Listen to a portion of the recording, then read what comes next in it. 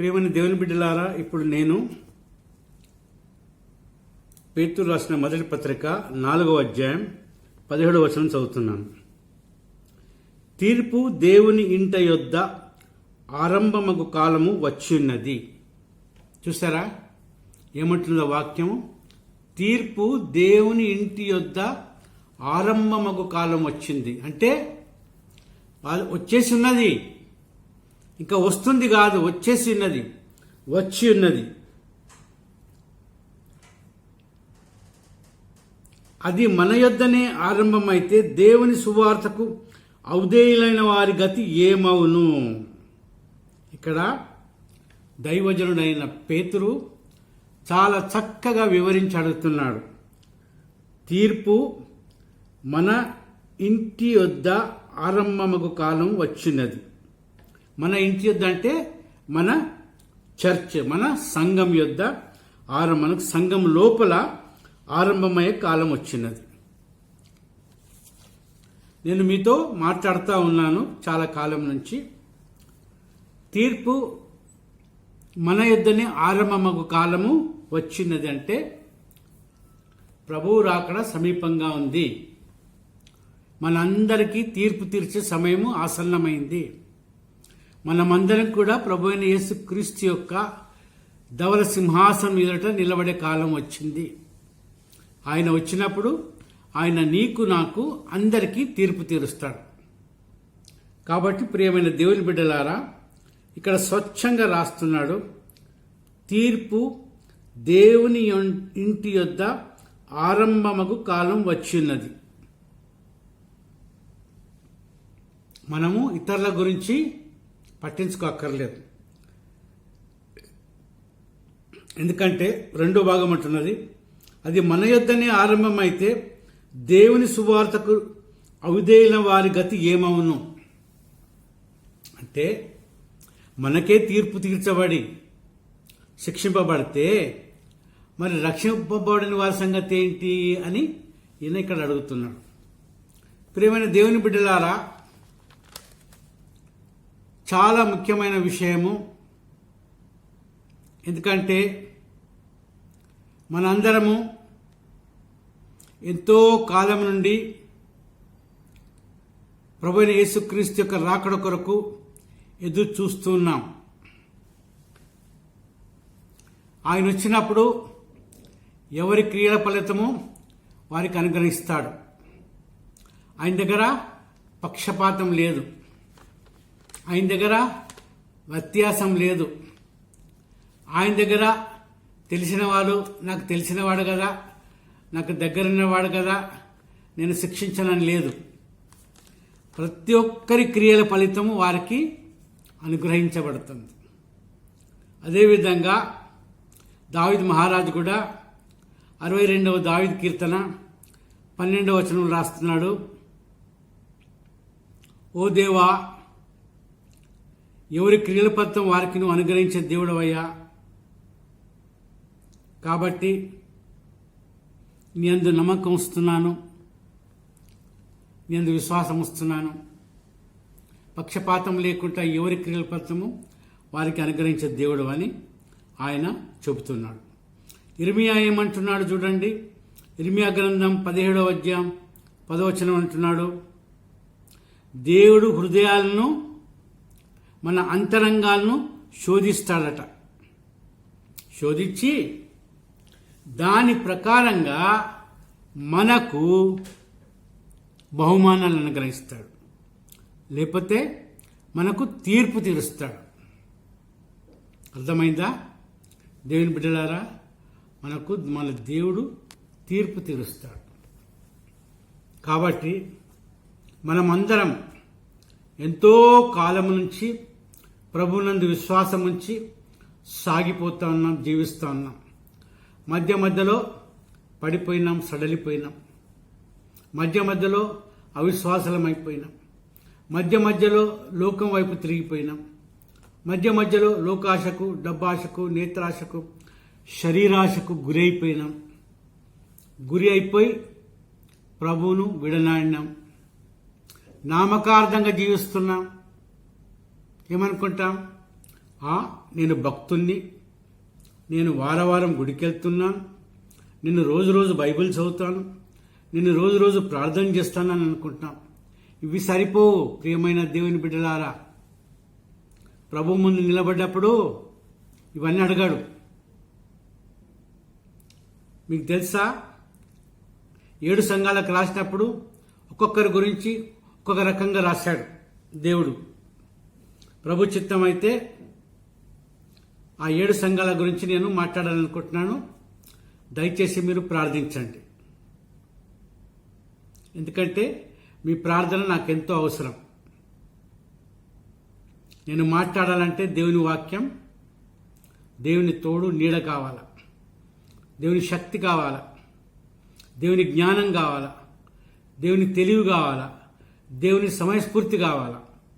కాబట్టి దేవుని బిడ్డలారా, ఇర్మియా రాస్తున్నాడు, దేవుడు మన హృదయాలను, మన అంతరంగాలను శోధించి సమస్తము తెలుసుకొని దాని ప్రకారంగా మనకు ఆయన ఫలమిస్తాడు. మత్తయి సువార్త 16వ అధ్యాయం 27వ వచనంలో ఏం రాయబడితే, అక్కడ దేవుని కుమారుడు వస్తాడు, ప్రతి ఒక్కరికి ప్రతిఫలం ఇస్తాడు అని, వాళ్ళ క్రియల ఫలితం ప్రకారంగా దేవుని కుమారుడు వచ్చి ప్రతి ఒక్కరికి వారి వారి ప్రతిఫలము ఇస్తాడని. కాబట్టి దేవుని బిడ్డలారా, నీవు నేను మనం చేసే కంపెనీలో నెలంతా పనిచేసి నెలాఖరు రాగానే ఎంతో ఆశతో, ఎంతో ఆసక్తితో మన జీతం కొరకు ఎదురు చూస్తూ ఉంటాం. ఎప్పుడు జీతం పడుతుందా అని ఎదురు చూస్తాం. మనమే కాదు, మన భార్య పిల్లలు కూడా ఎదురు చూస్తూ ఉంటారు. ఎందుకంటే భార్యనేమో ఇంట్లో వస్తువులు కొనుక్కోవటానికి, పిల్లలేమో ఏమన్నా డాడీ కొనిస్తాడేమో, అమ్మ కొనిస్తారేమో జీతం వచ్చినాక ఆశపడతారు. అదేవిధంగా దేవుని బిడ్డలారా, మనం ఏ విధంగా జీతం కొరకు ఆశపడుతున్నామో అదేవిధంగా దేవుని నుంచి వచ్చే ఆ యొక్క బహుమానం కొరకు కూడా మనము ఆశతో ఆశపడాలి, ఆసక్తి చూయించాలి. ఊరికనే మన సమయాన్ని వ్యర్థం చేయకూడదు. మళ్ళీ అపోస్తలుడైన పౌలు రాస్తున్నాడు 2 కొరింథీయుల పత్రిక 5వ అధ్యాయం 10వ వచనంలో, ప్రతి మనుషుడు యేసు క్రీస్తు తీర్చే తీర్పు, ధవల సింహాసనంలో కూర్చుండి తీర్చే తీర్పు దినాన ఆయన ముందు మనం నిలబడి మనం శరీరంతో చేసిన ప్రతి కార్యం గురించి లెక్క ఒప్పచెప్పాలి. ఈ శరీరాన్ని మనం ఎంతో ప్రేమిస్తాము.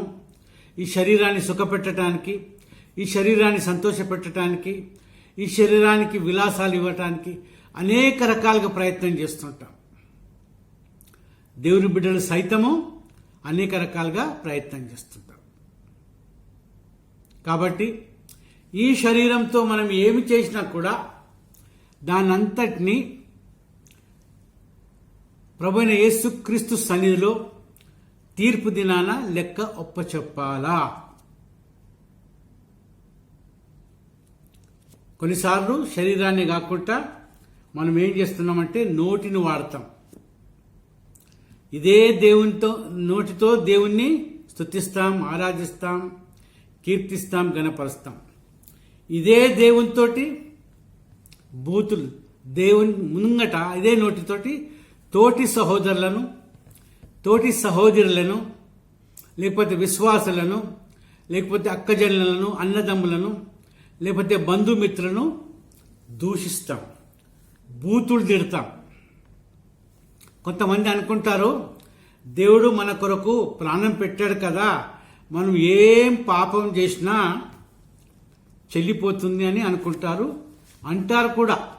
కొంతమంది ఏమంటారంటే, అరే దేవుడు ప్రాణం పెట్టిండు కదా, ఇంకేమి, ఏం చేసినా చెల్లిపోతుందని అంటారు. కానీ ప్రియమైన దేవుని బిడ్డలారా, అపోస్తలుడైన పౌలు హెబ్రీయులకు రాసిన పత్రిక 6వ అధ్యాయంలో ఏం రాస్తున్నాడంటే, చూడండి,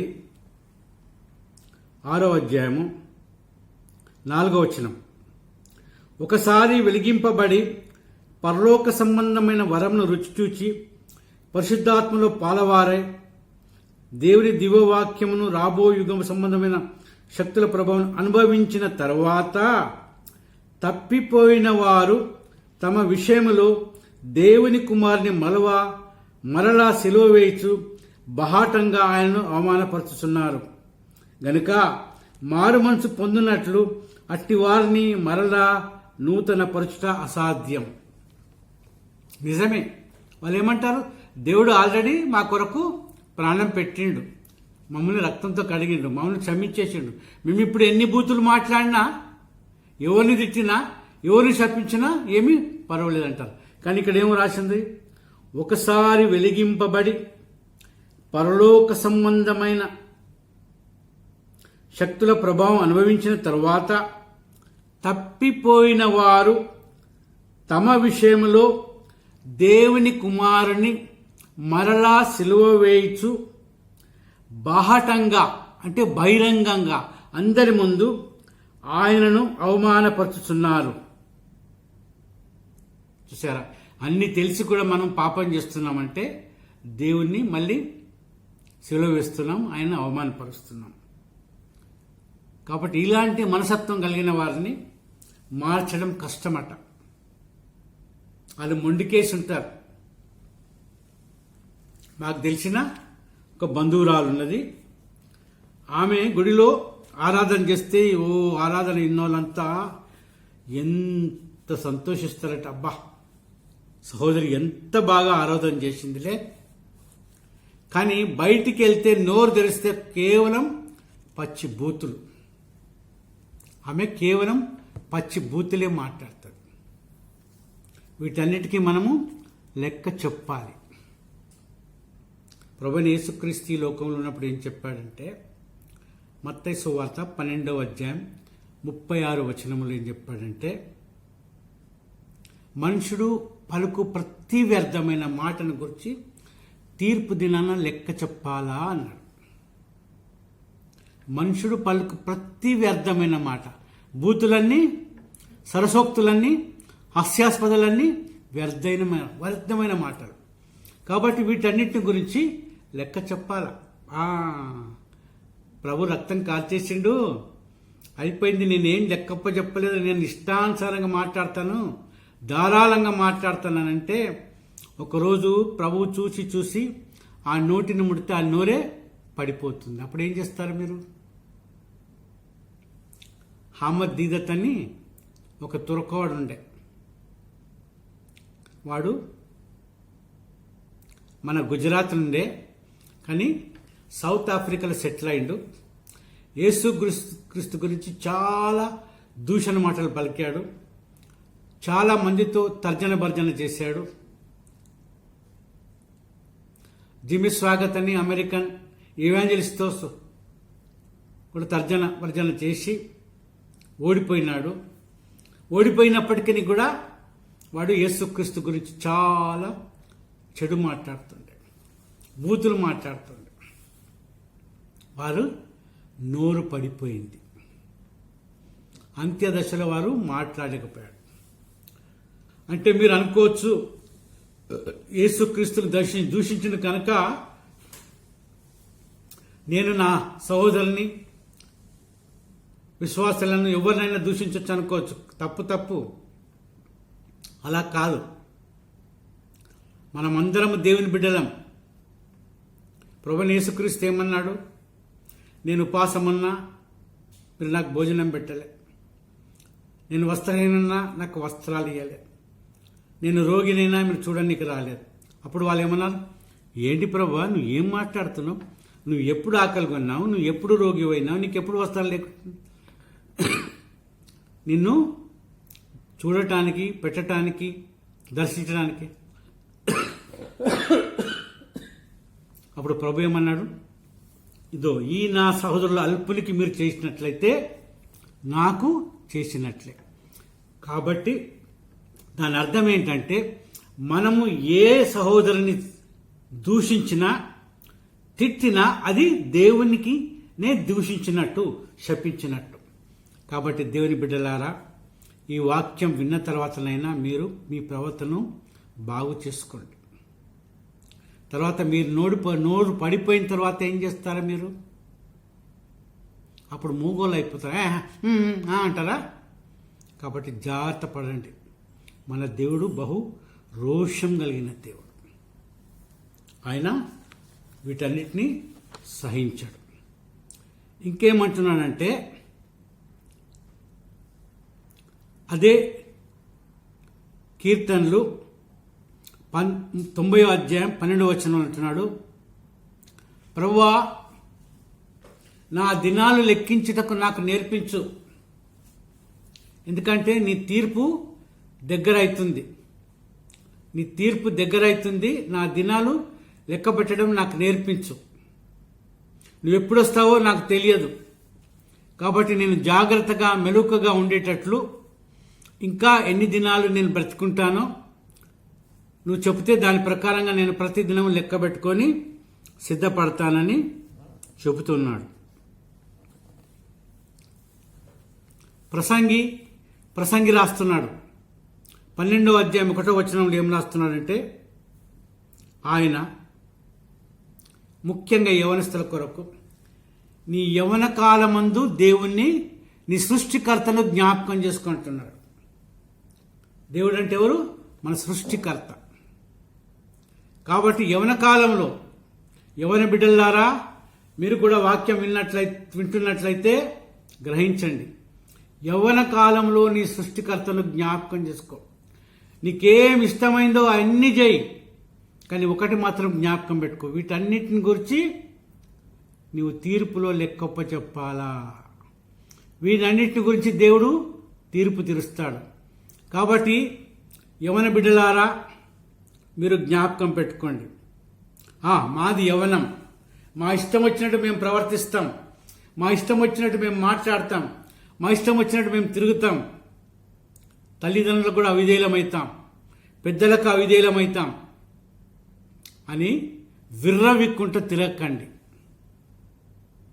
ఎందుకంటే మీరు ప్రభుకు లెక్కొప్ప చెప్పాల. ప్రభు దగ్గర పక్షపాతం లేదు, ప్రభు దగ్గర వ్యత్యాసం లేదు, ప్రభు దగ్గర ఇంకేం లేదు. అందరం కూడా ఆయన ముందు నిలబడాయి, ఆయన ముందు మనము లెక్కొప్ప చెప్పాలి. ఓకే, కాబట్టి జ్ఞాపకం పెట్టుకోండి మీరు. ఇంకేమంటున్నాడంటే చూడండి, 1 కొరింథీ పత్రిక 7:29-31 వచనంలో, సమయము కొద్దిగా ఉన్నది, సమయము కొద్దిగా ఉన్నది. కాబట్టి సమయం కొద్దిగా ఉంది, ఎప్పుడు అయిపోతుందో తెలియదు మనకు. కాబట్టి ప్రభు రాకడ కొరకు మనము సిద్ధపడదాము అంటున్నాడు ఆయన. ప్రభు యొక్క వచనాన్ని, ప్రభు యొక్క వాక్యాన్ని మనము గుర్తిద్దాం, ప్రభు యొక్క వాక్యాన్ని విందాం, ప్రభు యొక్క వాక్యాన్ని అనుసరిద్దాం. నేనైతే ఏం గమనిస్తున్నాను, ఎవరికి కూడా వాక్యం వినాలనే ఆశ లేదు, ఆసక్తి లేదు, అపేక్ష లేదు. అదే సినిమాలు చెప్పండి, గంతులేస్తారు, పోయి కూర్చుంటారు 3 గంటలు. అదే కథలు చెప్పండి, అదే సరసోక్తులు చెప్పండి, చెవులు నిక్కపడుచుకొని వింటారు. కానీ దేవుని వాక్యం అంటే, అబ్బా దేవుని వాక్యమా అంటారు. దేవుని బిడ్డలారా, ఆ వాక్యం మిమ్మల్ని అగ్నిగుండములో నుండి, నరకములో నుండి తప్పించి నిత్య జీవానికి వారసునిగా చేస్తుంది. కాబట్టి మనము జాగ్రత్త పడాల, మనము సిద్ధపడాల. ఎందుకంటే మన దేవుడు సిద్ధంగా ఉన్నాడు. మన దేవుణ్ణి ఎల్లప్పుడూ స్తుతించాలి, ఆరాధించాలని దావీదు మహారాజు అంటున్నాడు. ఎక్కడ అంటున్నాడు చూడండి, 134 1వ వచనం. దావీదు 134 దావీదు కీర్తనలో 134. ఎల్లప్పుడూ ఆయనను స్తుతించండి, ఆయనకు సమర్పించుకోండి.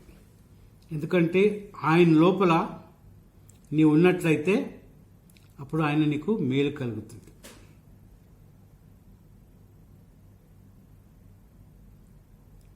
ఇంకా ఎఫెసీయుల పత్రిక 5వ అధ్యాయం 15-16 వచనంలో ఏమంటున్నాడంటే,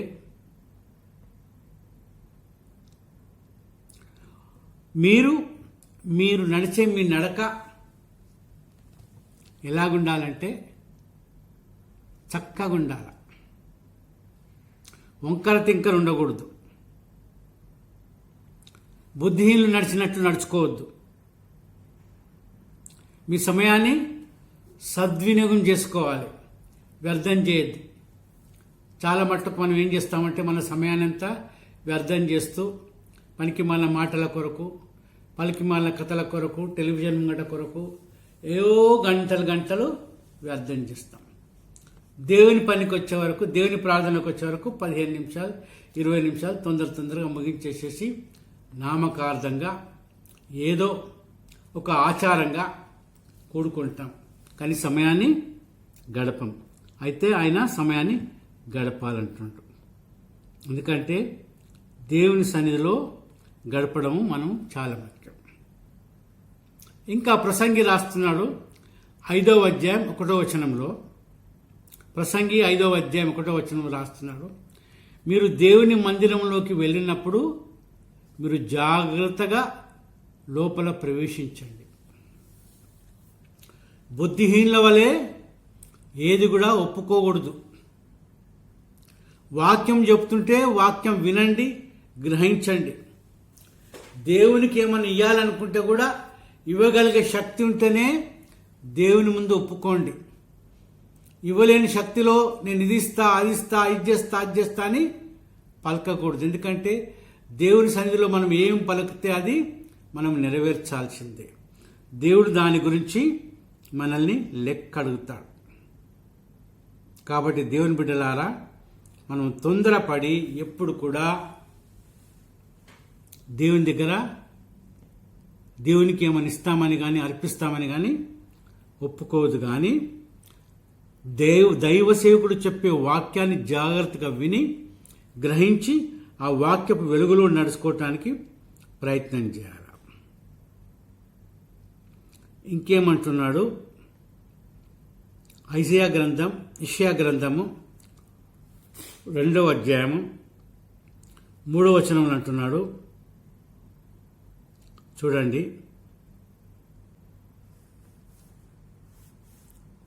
మన అందరికి కూడా దేవుని మార్గాలు బోధించడము, దేవుని మార్గాల్లో నడుచుకోవడము ముఖ్యమంటున్నాడు. ప్రవక్త అయిన యెషయా తన మాటల్లో మనమందరం కూడా దేవుని వాక్యం వినడము, దేవుని వాక్యం వెలుగులో నడుచుకోవడం ముఖ్యం. లేకపోతే మనం చాలా ఇబ్బందులు పడతాం, కష్టాల్లో పడతాం.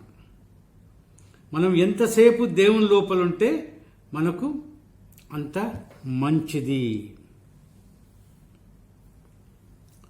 చూడండి, ప్రభువైన యేసుక్రీస్తు ఈ లోకంలో ఉన్నప్పుడు లూకా సువార్త 19వ అధ్యాయం 46వ వచనం అంటున్నాడు.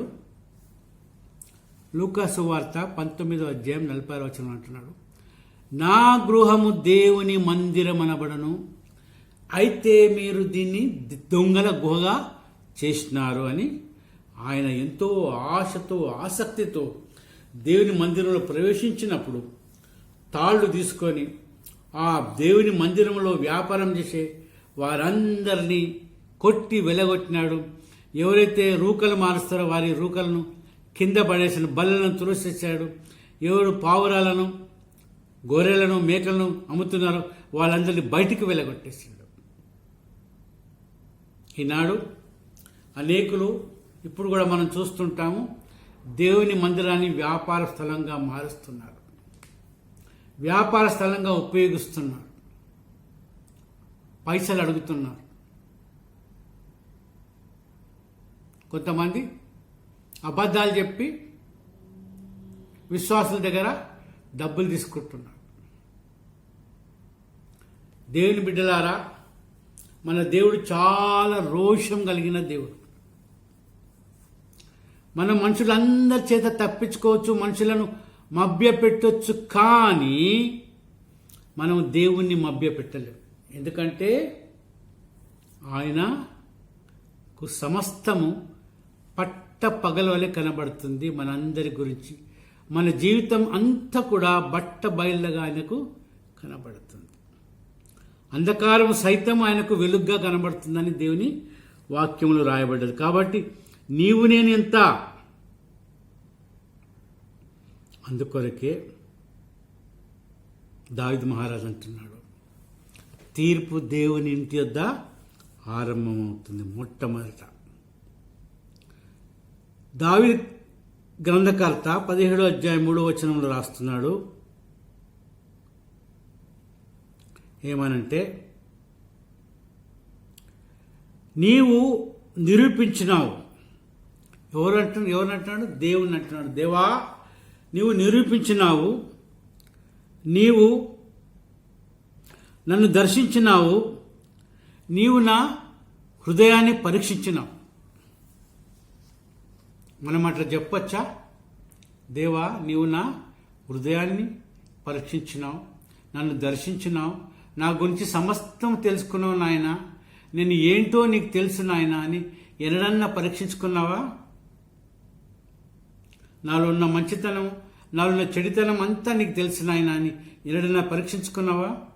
దేవుని బిడ్డలారా, మీరు పరీక్షించుకోండి మిమ్మల్ని మీరు. ఎందుకంటే మనలో చాలా లోపాలున్నాయి, కానీ మనం ఏమనుకుంటామంటే మనంత మంచివారే లేరని మనంతర మనమే అనుకుంటాం. లేకపోతే మన భార్యతో అనుకుంటాం, మన భార్య మనల్ని పొగుడుతుంది, మన భార్యను పొగుడుతుంటాం. ఇద్దరం కలిసి గుంటలో పడుతుంటాం, కానీ గ్రహించము. కాబట్టి దేవుని బిడ్డలారా, మనము ఎప్పటికప్పుడు మనల్ని పరీక్షించుకొని గ్రహించాలా. అది చాలా ముఖ్యం. ఎందుకంటే దేవుడు మనల్ని పరీక్షిస్తున్నాడు. జకరియా గ్రంథకర్త రాస్తున్నాడు. జకరియా గ్రంథము 13:9 వచనం. ఆయన ఏమంటున్నాడంటే, చూడండి, వెండిని బంగారాన్ని కొలిమిలో వేసి దాన్ని ఏ విధంగా అయితే శుద్ధి చేస్తారో దేవుడు కూడా మన హృదయాల్ని శుద్ధి చేస్తాడు. ఎప్పుడు మనం ఒప్పుకొని ఆయనకు సమర్పించుకుంటే ఆయన కూడా మన హృదయాలను శుద్ధి చేస్తాడు. కానీ మనం ఏం చేస్తాం? దాచిపెట్టుకుంటాం. ఆ దేవునికి తెలియదులే, ఎందుకు లేదు మనం ఒప్పుకోవడం, ఇది మన మధ్యలోనే చేసుకున్నాం కదా అనుకుంటాం. కాదు దేవుని బిడ్డలారా, ప్రతి ఒక్కటి దేవునికి తెలుసు. నీవు నీ హృదయంలో ఆలోచన చేయకముందే ఆలోచన ఏంటో దేవునికి తెలుసు. కాబట్టి ఈ వాక్యం విన్నప్పుడు కొద్ది నిమిషాలు మోకరిల్లి మౌనంగా ప్రభు సన్నిధిలో, ప్రభువా, నా అంతరంగాన్ని నువ్వు ఎరుగుదు, నా హృదయాన్ని నువ్వు ఎరుగుదు, కాబట్టి నాలో ఉన్న లోపాలన్నీ నాకు చూపించిన ఆయన బయట పెట్టు తండ్రి. ఇంతవరకు నీకు విరుద్ధంగా నేను చేసిన పాపాలన్నిటిని నాకు బయలుపరచు, నేను వీటన్నిటిని ఒప్పుకుంటాను తండ్రి అని చెప్పు. లేకపోతే ఆయన నిన్ను కొలిమిలో వేసి శుద్ధి చేస్తాడు. వెండి బంగారాలను కొలిమిలో వేసి శుద్ధి చేసినట్లు చేస్తాడని జకరియా 13:9 రాస్తున్నాడు. మలాకీ 3:3 కూడా రాస్తున్నాడు. ఏంటంటే ఆయన మనల్ని శుద్ధి చేయటానికి పంపిస్తాడట. దేవుని బిడ్డలారా, మన దేవుడు మహా గొప్ప దేవుడు. మనం ఆయన ముందు నిలబడలేం, మనం ఆయన ముందు మాట్లాడలేం, నోరు కూడా ఎత్తలేం. గజగజ వణికిపోతుంటాం ఆయన ముందుకు పోతే. కాబట్టి ఇప్పటి నుంచే అన్ని చక్కదిద్దుకుంటే, అన్ని చక్కపరుచుకుంటే అప్పుడు ఆయన ముంగట నిలబడటానికి మనకు ధైర్యం సరిపోతుంది. లేకపోతే మనం గజగజ వణుకుతూ తొట్టిల్లుతూ ఆయన ముందు నిలబడలేం. దేవుని బిడ్డలారా, బహు ముఖ్యం. ఎందుకంటే దేవుడు మనల్ని పరీక్షిస్తున్నాడు, దేవుడు మనల్ని గురించి ఆలోచిస్తున్నాడు. అపోస్తలుడైన పౌలు కొరింథీయుల పత్రిక రాస్తున్నాడు చూడండి.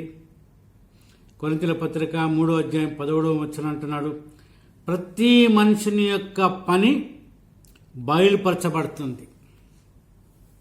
ప్రతి మనుషుని యొక్క పని బయలుపరచబడుతుంది, తెలుపబడుతుంది. ఎవరు కూడా తప్పించుకోలేరు. అనుకోవచ్చు, నేను సాటుకు చేసినాను, పెద్దలు ఎవరు చూడలేదు, సంఘస్థులు ఎవరు చూడలేదు, నా భార్య పిల్లలు చూడలేదు, పర్వాలేదు అనుకోవచ్చు. కానీ మన దేవుడు చూస్తూ ఉన్నాడు. ఆయన దృష్టి మన అందరిపైన ఉన్నది.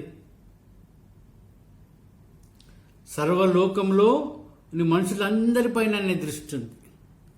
అద్భుతకరమైన ఆయన దృష్టికి మరుగైంది ఏది లేదు. కనుక మనమందరము మన పాపాలు ఒప్పుకుంటూ మనల్ని ప్రభు సన్నిధిలో చక్కపరుచుకుందాం. ఓకే, అదేవిధంగా అంటున్నాడు చూడండి, మా సామెతల గ్రంథకర్త రాస్తున్నాడు. సామెతలు 14:12 రాస్తున్నాడు, ఒకని ఎదుట సరి అయిన మార్గం కలదు. ఏమంటున్నాడు? ఒకని ఎదుట సరి అయిన మార్గం కలదు, తదుకు అది మరణానికి దారి తీస్తుందట. మనం అందరం అనుకుంటాం మన మార్గాలన్నీ సరే, నేను చాలా తెలివిగలవాడిని, నాకు ఇంత అనుభవం ఉన్నది, నేను చేసేదంతా కరెక్ట్ అనుకుంటాం. ఇక్కడేమంటున్నది వాక్యము?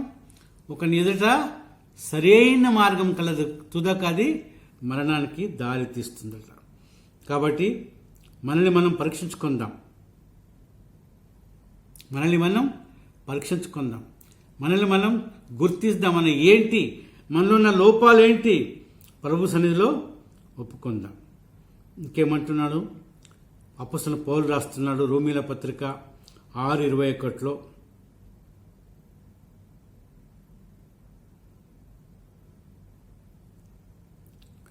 ఏమంటున్నాడంటే,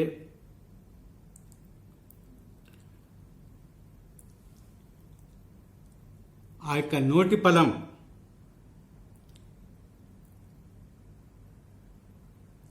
ఏదైతే మన శరీర ఫలం ఉంటుందో అది మంచిగా అనిపిస్తుంది, మన దృష్టికి మంచి కనపడుతుంది. కానీ తుదకు అంతమునకు అది మరణమేనంట.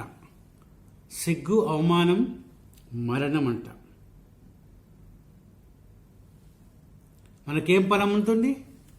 తుదకు అవమానము, మరణం.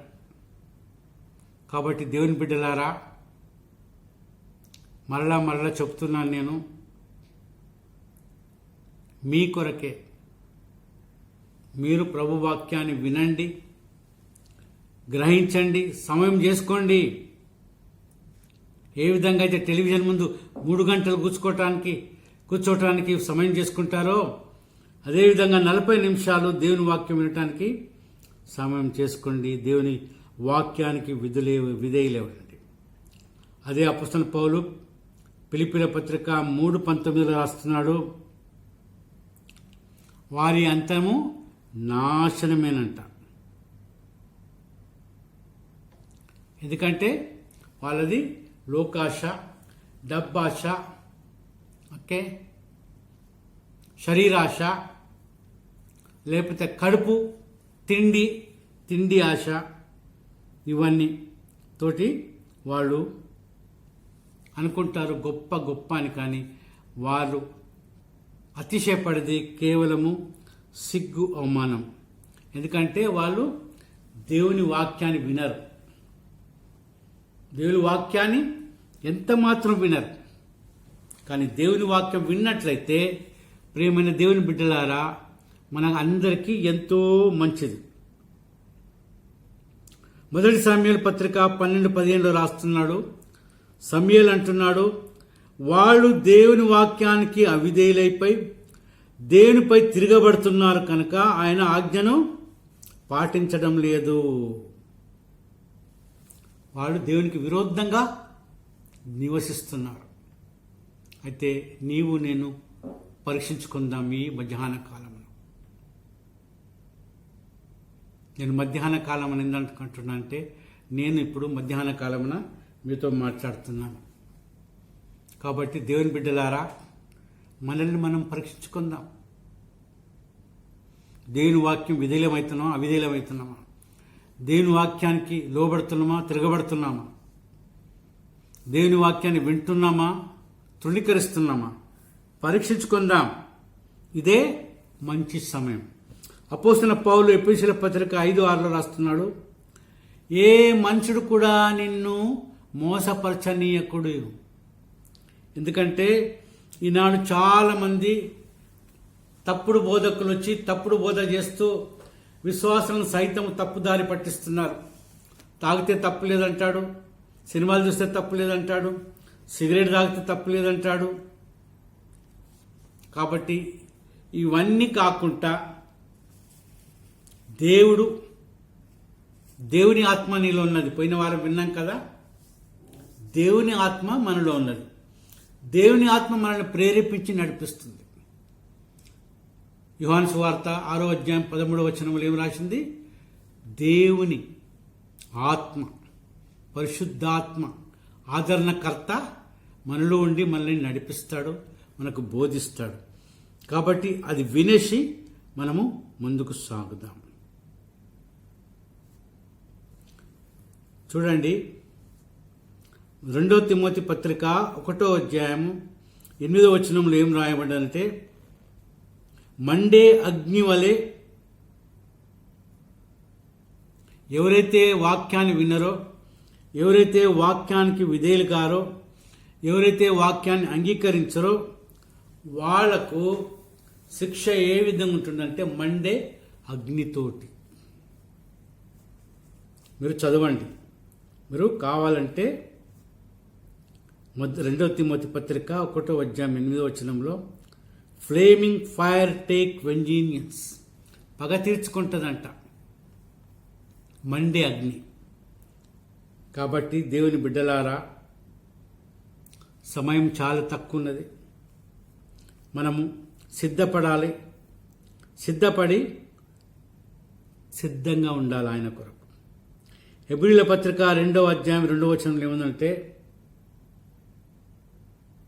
మనం గమనించినట్లయితే ప్రతి అతిక్రమము, అవిధేయత,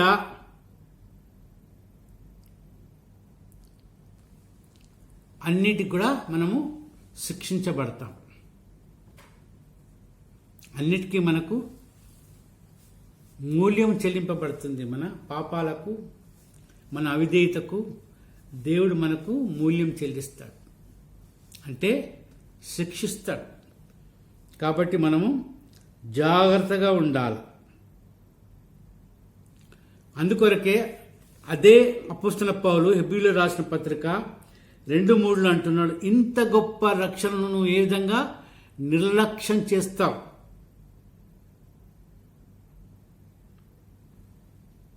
ఏదైతే ఆది నుండి ఆరంభమైందో ఈ రక్షణ మన కొరకు ఆది నుండి ఆరంభమైంది. కాబట్టి దేవుని బిడ్డలారా, ఇంత గొప్ప రక్షణను మనం తృణీకరించకుండా దీన్ని అంగీకరించి ముందుకు సాగిపోదాం. ఆఖరిలో ప్రకటన గ్రంథం 20:12 అంటున్నాడంటే, ఇదిగో నేను త్వరగా వచ్చుచున్నాను, ప్రతివాని క్రియల చొప్పున వానికి ఇవ్వటానికి నా దగ్గర బహుమానం ఉంది నా చేతిలో. కాబట్టి దేవుని బిడ్డలారా, మరి మీరు ఏం ఆలోచిస్తారో ఆలోచించండి. మీకు వదిలిపెడతాను. ఎందుకంటే నేను మీకు వాక్యం చెప్పగలను కానీ మిమ్మల్ని శాసించలేను, మిమ్మల్ని ఆజ్ఞాపించలేను, మీ ఒత్తిడి చేయలేను. కేవలము దేవుని దాసునిగా వాక్యం వినిపిస్తున్నాను. తర్వాత మీ ఇష్టం, మీ ఇష్టానుసారంగా మీరు ప్రభువులో నడుచుకోమని దేవుడు మనకు సాయం చేయనుగాక. ఆమేన్.